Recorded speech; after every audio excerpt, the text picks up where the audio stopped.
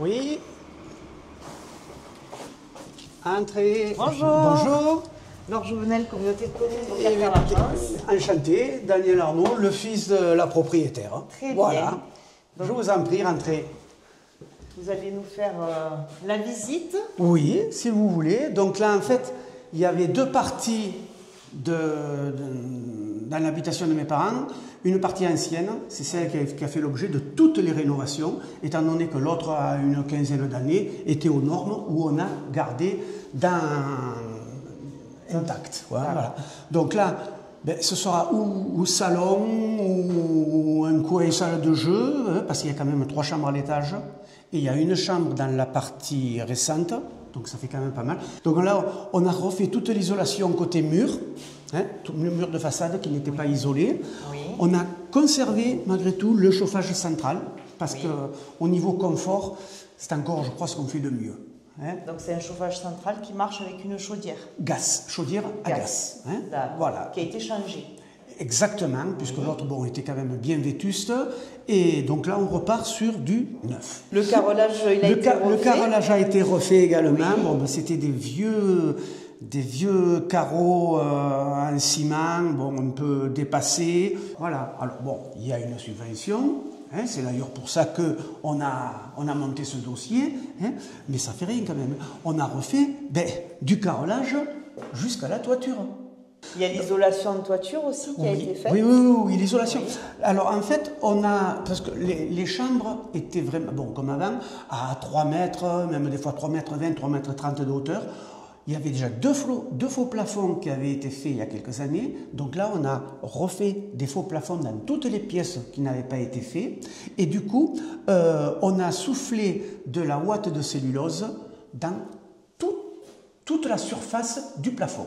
Ce qui fait que toute la maison est isolée par les combles, quoi. Voilà. Donc la toiture, là, ils sont en train de la finir. Donc, normalement, fin de semaine, début de l'autre, on devrait avoir plus de problèmes. Donc vous me parliez tout à l'heure des subventions. Oui. Donc le montant quand même des travaux, là, sur la partie qui a été rénovée, et de l'or, on a passé les 80 000 € quand même, du carrelage jusqu'à la toiture, électricité complète, plomberie et de tout. On a eu, malgré ça, 31 000 € de subventions. 10 000 € de la CCVTA et 21 000 de l'ANA. Voilà, avec un dossier, un petit peu complet, mais bon, il y a un moment, on ne peut pas tout avoir sans un peu de travail, quoi. Mais bon, ça s'est très bien passé. On a eu la visite de 2 techniciennes, là, et mon Dieu, on s'est tenu au cahier des charges qu'elles nous ont proposé, et voilà. Alors justement, est-ce que vous avez eu des difficultés pour trouver des locataires? Puisque dans le cadre de l'ANA, vous avez droit à des subventions, mais en contrepartie, il y a un loyer qui est plafonné. Exactement. Il y a une fourchette assez restreinte. Alors, surtout, nous, quand même, on a une maison qui fait quand même 150 mètres carrés. Donc, on avait un plafond limite au mètre carré qui était de l'ordre de 6,70 €, quelque chose comme ça. Donc, ça fait un loyer qui dépassait les 900 €. Et il ne faut pas non plus que le loyer dépasse 30% du revenu du locataire. Donc, c'était assez sélectif et un peu contraignant. Et donc, tout se passe très très bien, puisque normalement, le 1er juin, on devrait signer le bail de location. Dans le cadre de cette opération d'amélioration de l'habitat, comment vous avez eu connaissance des aides? On savait aussi qu'au niveau de Jonquière, on était dans le périmètre qui pouvait prétendre à une aide. On s'est mis en rapport dans un des bureaux de la CCBTA avec la société Urbanis.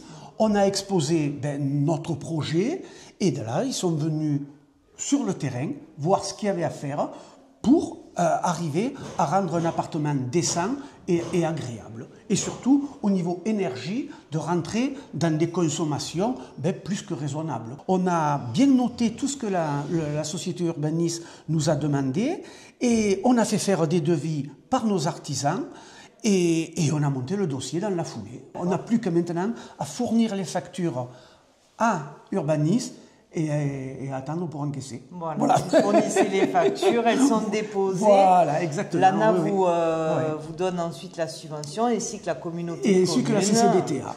Et dernière question, est-ce que si vous n'aviez pas eu ces aides, est-ce que vous auriez fait ces travaux, cette ampleur-là de travaux? Je ne sais pas. Je ne sais pas. Oui. Ouais. Autant, vous voyez, sachant qu'on allait percevoir ces aides, c'est très volontiers qu'on a lancé le projet. Hein. Si on avait eu les 80 000 € à financer, ça aurait été déjà beaucoup plus compliqué. Voilà. Disons que ça nous a boosté, dans le bon sens, naturellement, hein, et on l'a fait.